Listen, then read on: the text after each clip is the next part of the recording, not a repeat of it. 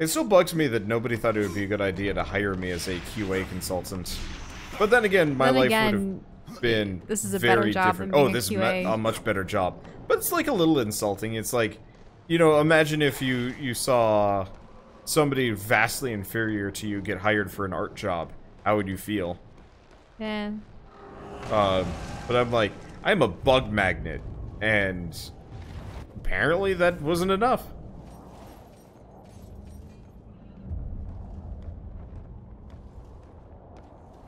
But it's also one of those where it's like, this is one of my favorite game series of all time for all its flaws.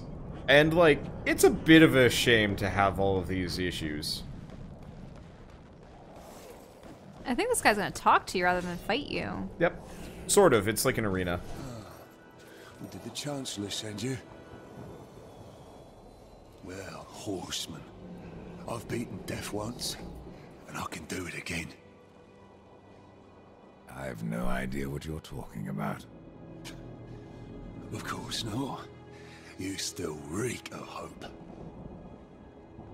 You couldn't have met the Chancellor. The Chancellor doesn't sound like much. For ages, his tongue has dripped venom into the dead king's ears. He all but sits upon the eternal throne, demanding service. Who are you? I am the Master of Blades, and all that remains of the warrior once called Draven, from the kingdom of man.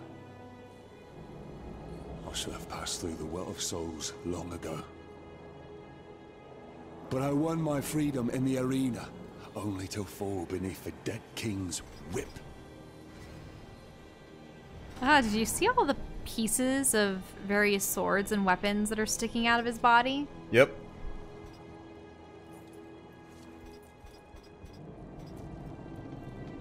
He must have been a famed warrior, and then when a group finally outnumbered him, they just stabbed him to death. Can we have a good look at him? I just want to see just how many swords are sticking out of him. Because it looks like he has one in each shoulder. I think there are like two sticking out of his arms. Notice at the elbow almost. Yeah. In the flesh. I don't think he has any sticking out of his legs, but... Huh. Nope, his legs look fine. And we also have these guys. They're just there. I assume we go down. Yeah, so unfortunately I spent almost all of my money. So I gotta get some more before I do anything there. That's fine. So he fought his way into a state of There's an arena. pseudo-undeath as opposed Yeah. to just meeting his end. I'm sure it seemed like a good deal at the time. Fight in the arena. Don't die. Turns out that was a mistake. I cannot. But like, how would he have known? Well, I'm still wondering about what precisely is the hierarchy for like souls and heaven and hell and everything, because they don't seem to say if humans go to either. I think you pass through the Well of Souls and reincarnate. I thought that was supposed to be kind of the point of it. But aren't people after the Well of Souls, or they're sapping the Well of Souls, or there was something vile going on with it? Yeah, you know, I don't know. I assume you have nothing for me.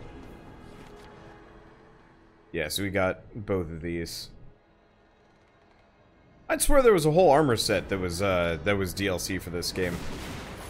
I thought that you already put it on. It was the... No, the Maker armor was just dungeon stuff. I cannot. I don't know. A lot of tombstones and coffins down Yeah, there. I thought there was like a Raven armor set that you could get. I mean, it's not that it matters. I think we've already outleveled its actual usefulness, but still. Alright. Well, almost done. I like how Death took offense to the whole, I beat Death once before, and Death's like, I don't remember you. Yep. Did I get that money? It's just gone. Oh, there it is. Hiding there. Hello. Hello? No one disturbs the Lord of Bones without say of his Chancellor. A rider? In the kingdom of the dead? No, no, this will never do.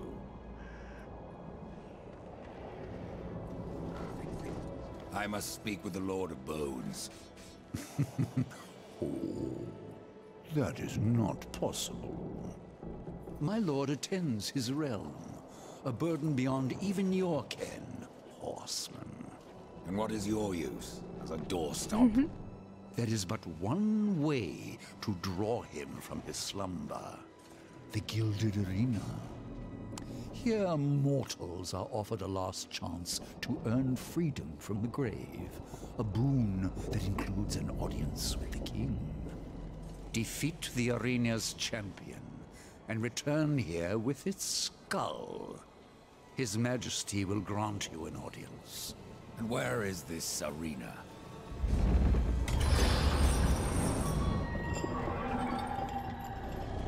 Fret not, Horseman.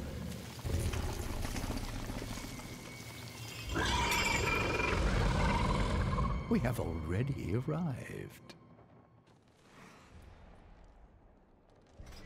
Let me speak to the Lord of Bones, and I will spare your champion. And perhaps you as well, Chancellor. You cannot slay that which is already dead. But you're welcome to try. In the arena. Forget what I said about sparing you, doorkeeper. Tell me about the King of the Dead. His reign is eternal. His word is law. And his time is invaluable. I ensure that he need only speak with those who are worthy. Then you must rarely see him, Chancellor. Oh, no. What does Echidna have to do with your kingdom? Last I heard, she had one of her own. The Shadow Realm, Isalik, yes. Where the Sisters Sightless spin their webs. Many of my lord's foes escaped there when his rule was still young. We hunted them down. Echidna herself barely escaped. Perhaps she took shelter here, and yet weaves her evil. Your king is not the first to rule here, is he, Chancellor? There was another, a creature called Argul, too mad to be kept upon the throne. I helped my lord be rid of him, and even destroyed a few of his servants. Tisk, tisk. What will my lord do without me? Do take This guy is care despicable. in the Also, arena, that Horseman. Should anything happen to you, I'm not sure if I could live with myself. the sort of like flaming spirits coalescing around his body, they were also pixelated in the same way that the shadows are. Yeah. It's just a means to save on resources. This game is not meant for use. Why is that thing so bad? No idea. Alright. Ooh. Crit damage, health. People are pointing out that the Chancellor, Vizier, Advisor, yeah, they tend to be villainous forces. If you want to portray a king as perhaps a bit misguided without necessarily stripping them of their nobility, what you do is you have someone whispering in their ear and telling them what they want to hear, or perhaps what it's. I suppose there's a group of people that are like, you know, it's one thing to be in power, it's another thing to be the person behind the power. And in that way, if the king does something wrong and you can't necessarily be pegged for it because your advice, quote unquote, was just a suggestion, and a lot of these advisors, they tend to make the king or the ruler believe that it was their own idea. And they go, oh, yeah, you truly are marvelous, my lord, to have concocted this plan for yourself. And the king's That's like, a really common trope, too. huh? That's a really common trope. You know,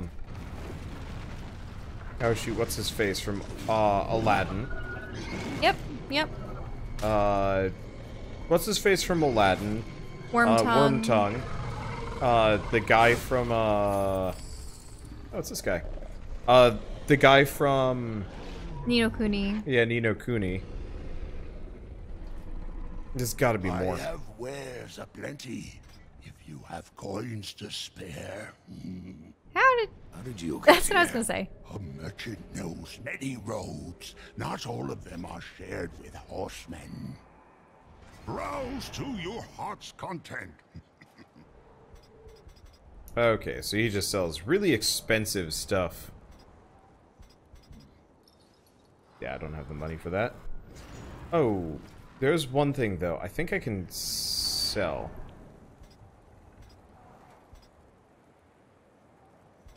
Maybe I should actually sell some of these.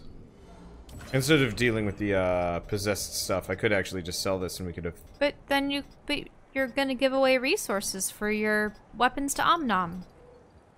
Yeah, but I don't even, like, Omnom them that much. So, you already read the Relic of Hetu Goth from earlier? Mm-hmm. Like, you had, you had specifically, wanted me to let you read that one. But you already had. You just hadn't realized it. Okay, unrelated questions. Let's get into the arena and then we can talk about art school. It's probably just going to be a lot of fights. It shouldn't take too long. Maybe not. Okay, so the question is, what kind of school should we go to for animation? The answer would be probably a cheaper one. You don't want to go into debt for art school, because it's going to take a very long time to get your butt out of it. Interesting, keeps going down. Let's try continuing down, just to see what happens. I don't know what's down here. But yeah, my general recommendation when it comes to art school and so on and so forth is, you know, not obviously, don't go for like a garbage one. Like, make sure it's got good reviews and whatnot. What is going on? I found our program focused too heavily on teaching you mediums as opposed to allowing you to look for focus places and really that hone your craft. get a lot of like internships if possible. Those are very rare, but honestly more valuable than the school. Like, I know a lot of people are saying like, go to the Rhode Island School of Design, but like, straight up, They might have better networking opportunities. yeah. Oh. Okay, I have no idea which one of these doors we want to go to. I guess we'll go to this one.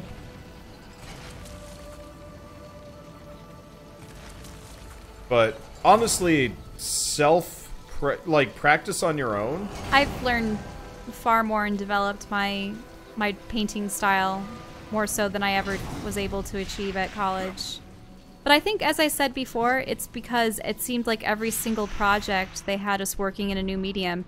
One day we'd be working with cut paper, one day we'd be working with scratchboard, and we'd be working in so many different styles and so many different types of paint. It's like, and this is going into our junior and senior year, you would think that by then you could say, I definitely want to focus on... Why is he jumping out like that? Concept art, I want to focus on game design, I want to focus on digital.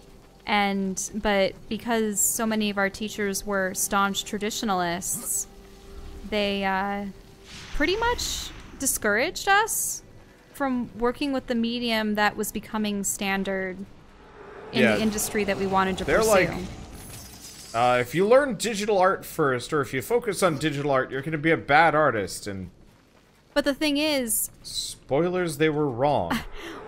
Well, I had pretty strong foundations in sketching and drawing, which is necessary regardless of whether or not you are digital or traditional artists, but the way that you use tangible paint versus working digitally it's completely different. I think one thing I really didn't like about traditional media was the inability to erase or adjust what you've already put down, and then the fact that it's just so messy. I mean, there are definitely benefits to that, but... I mean, you can achieve very specific looks with medium, like watercolor. There's A challenger enters the arena. But what does he seek?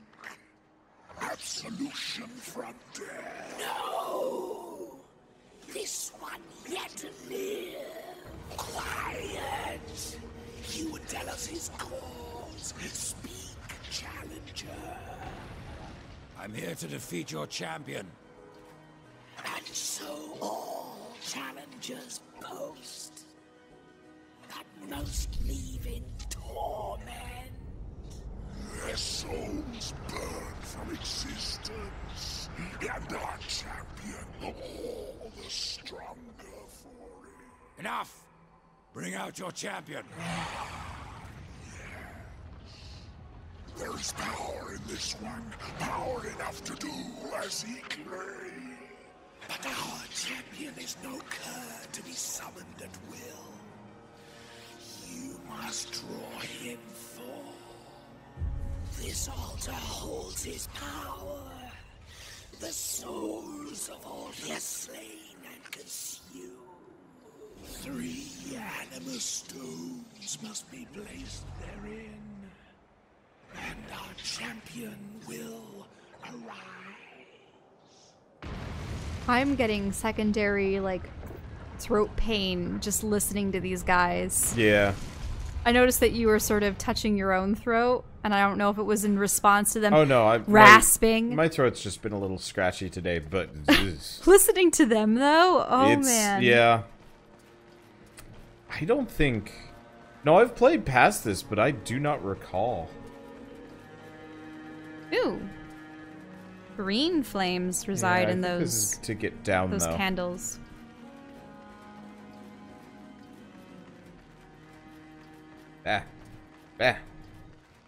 Maybe we go up? I seriously don't remember this. I remember getting to the throne, and then, like, nothing, and then something about angels, and then... Wait, what about angels? There's angels in this game. We run into them later. Oh, I don't know if I okay. remember where they are. I just remember getting to that point.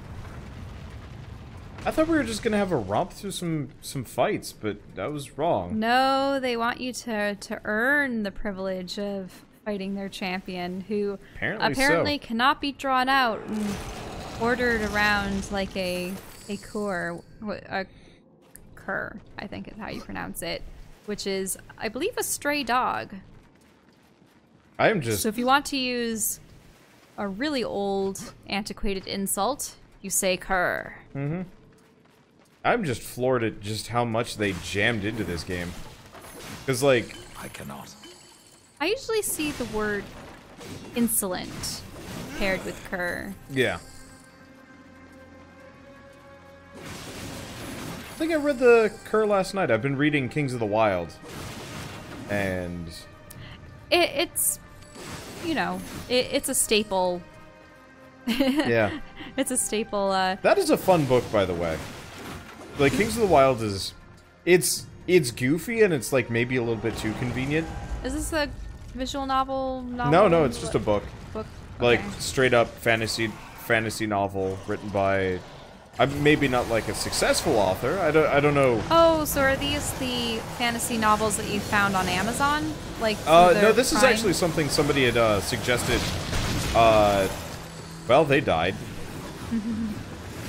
Oh, it's probably because my minions exploded and took them all out. It's kind of nice having an area of effect attack.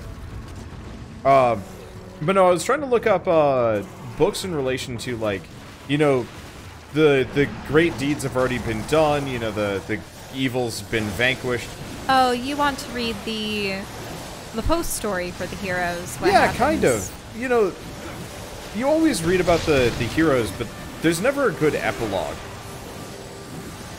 You know? Mm-hmm. Just sort of like how we were discussing love stories and why so many anime series focus on the harems and the love triangles and everything. It's because whether or not the guy and the girl end up together, it causes tension and suspense and drama. And if there isn't that aspect of it, then what? I mean, it's almost as though happy couples can't exist. Yeah.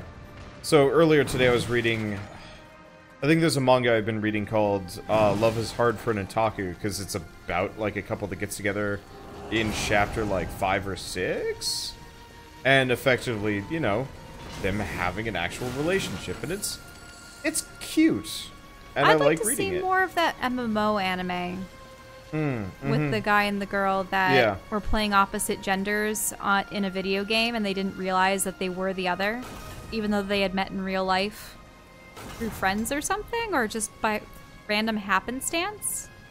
Yeah. That was really cute.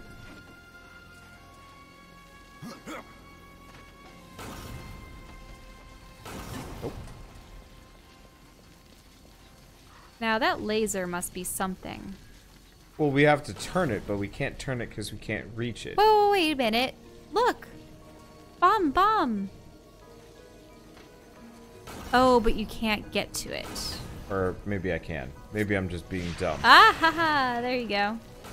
Why does the sensitivity crank up like crazy?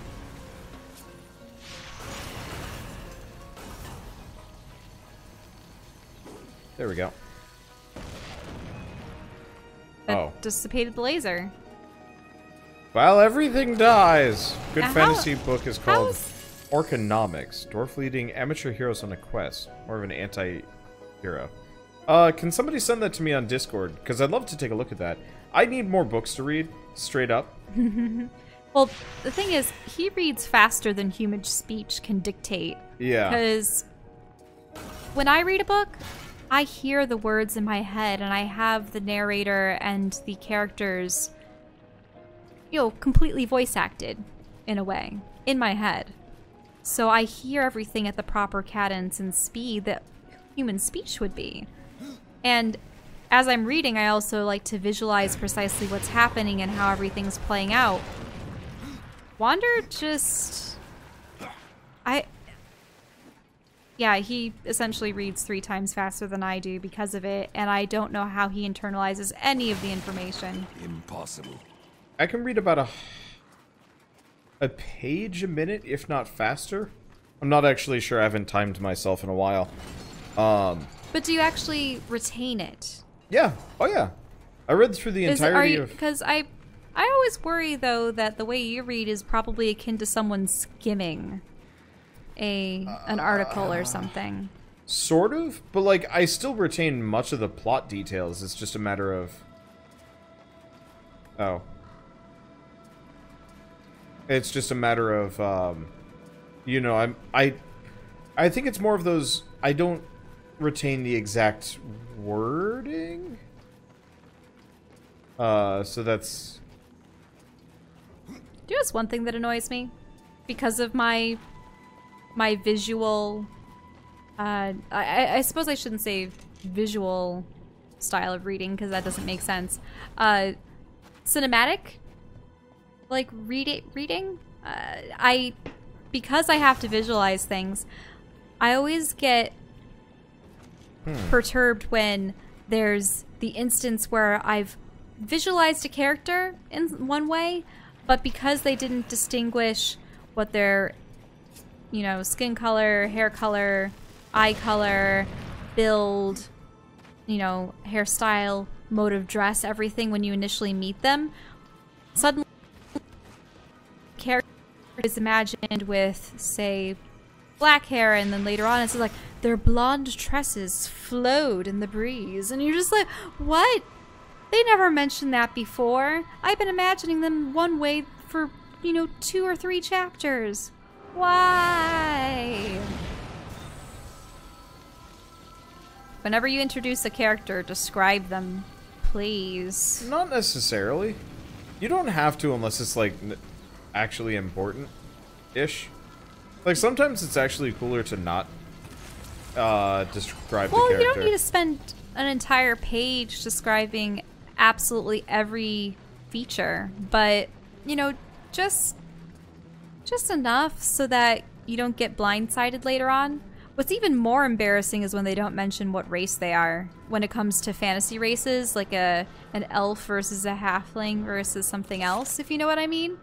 Because then you sort of default to the human or whatever they're...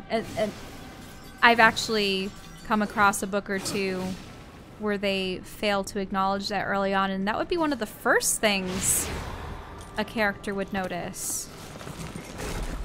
I mean, you even have it used as a descriptor. The elf. You know what I mean? Yeah.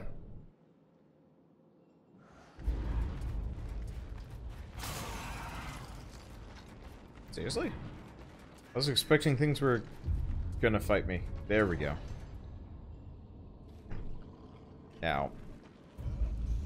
It's funny how it sort of... the camera clipped through him rather than panned around him. Did you know that? Or notice it? I wasn't paying enough attention, unfortunately. Yeah, I suppose you stubbed your foot or something. Yeah. I was trying to look around. But yeah, so I've just been trying to find a bunch of books about, like, heroes after the fact and, you know, manga, or really anything, about kind of the rest of the story. And I know that's always, like, the boring stuff for people. But for me, that's the stuff I almost want to read. I mean, also just stories about elderly people. Not necessarily elderly people. Adults. But yeah, because it seems like most adventures are the teen, tween prodigy that really is only just first setting out on an adventure and discovering the true nature of their powers and their lineage and how everything comes into play. I suppose it's because then you don't have to make the character world weary or knowledgeable, because Well, yeah. That way the then everything they encounter is new to them and they have to explain it to the author. Yeah, they have to learn. Or That's actually something nerd. I've been kind of toying with a little bit, is like, you know, I'm trying to write, Reader, I should say. and I keep starting over and over and over again because I can't get the, like, the feel right. Because it's like, well, do you start them as like a complete novice, you know, novice weakling? Do you... Oh, get up there. And the thing is, I'm tired of the novice weakling storylines. Yeah. I think it's because growing up, we read so much, you know, sort of that pre-young adult fiction. I mean, if you think about it, isn't Harry Potter and... Yeah, Harry Potter is...